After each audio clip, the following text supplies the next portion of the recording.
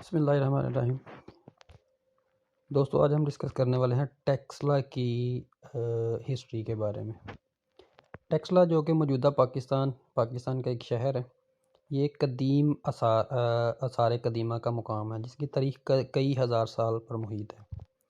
شہر کی ابتدا ویدک دور سے ہوئی، 6 صدی قبل مسیح کے آس پاس، جب یہ سیکھنے اور تجارت کا ایک نمایاں مرکز تھا۔ 1500 سالوں کے دوران ٹیکسلا مختلف مراحل سے گزرا۔ ابتدائی ویدک بستی سے لے کر ایک اہم بدھ مت اور بعد میں ہندو مرکز تک فارسی، یونانی اور موریائی اور گپتا ثقافتوں کے اثر کا مشاہدہ کرتا رہا۔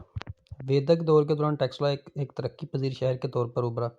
ہندوستان کو وسطی ایشیا سے ملانے والے تجارتی راستوں پر اسٹریٹجک مقام کے لیے جانا جاتا تھا۔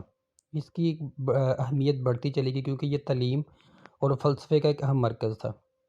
یہاں پر جب انڈیا اور پاکستان کے علیحدہ ہونے سے پہلے جو برصغیر ہے، یہاں سے بہت سارے علماء کرام اور جو طلباء وہ یہاں پر علم حاصل کرنے کے لیے آیا کرتے تھے۔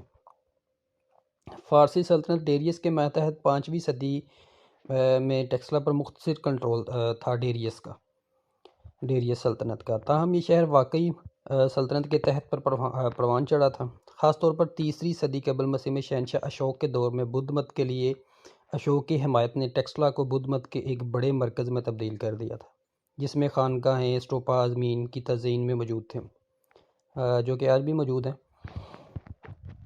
326 قبل مسیح میں سکندر اعظم کی قیادت میں یونانی حملے نے ٹیکسلا کو ہیلنسٹک اثر میں لایا تھا۔ یہ شہر یونانی اور ہندوستانی ثقافتوں کا ایک پگھلنے والا برتن بن گیا تھا، یعنی کبھی یہاں پر عروج دیکھا جا سکتا تھا ہندوؤں کا، ان کی ثقافتوں کا، اور پھر یونانیوں کا۔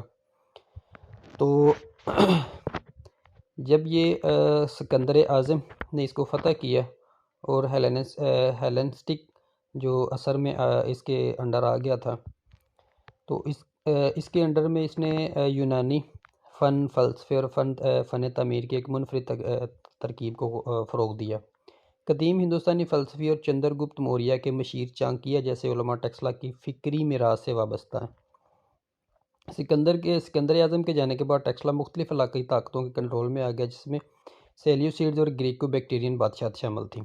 ٹیکسلا پر حکمرانی کرنے والے ہندو یونانی بادشاہوں نے اس کے فن اور ثقافت پر ایک اہم اثر چھوڑا تھا، جس کا ثبوت آج بھی ہمیں ملتا ہے۔ گندھارا اسکول آف آرٹ سے ملتا ہے، جس نے یونانی اور ہندوستانی فنکارانہ عناصر کو جو آپس میں ملایا تھا۔ ہند یونانی حکمران کے زوال نے مقامی طاقتوں کا عروج دیکھا، بشمول شک اور کشان، جنہوں نے ٹیکسلا کے ثقافتی موزیک میں مزید تعاون کیا۔ 4 صدی عیسوی میں گپتا سلطنت کی آمد کے ساتھ ٹیکسلا نے ہندوؤں کے اثر و رسوخ کی بحالی جو ہے نا وہ یہاں پر زیادہ ہو گئی۔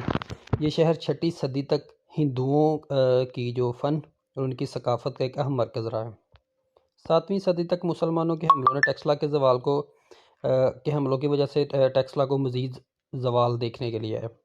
یہ شہر بالآخر غیر واضح ہو گیا، اور جب یہاں پر انگریز دور کی شروعات ہوئی تو اس کو ٹیکسلا کو بالکل فراموش کر دیا گیا۔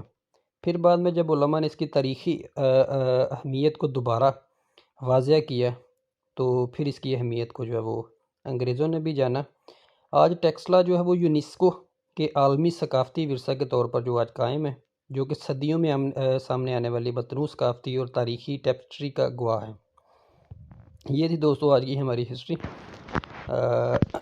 لائک اینڈ شیئر کر کے ضرور بتائیے گا، اور اپنا کومنٹ ویلیویبل ضرور دیا کریں۔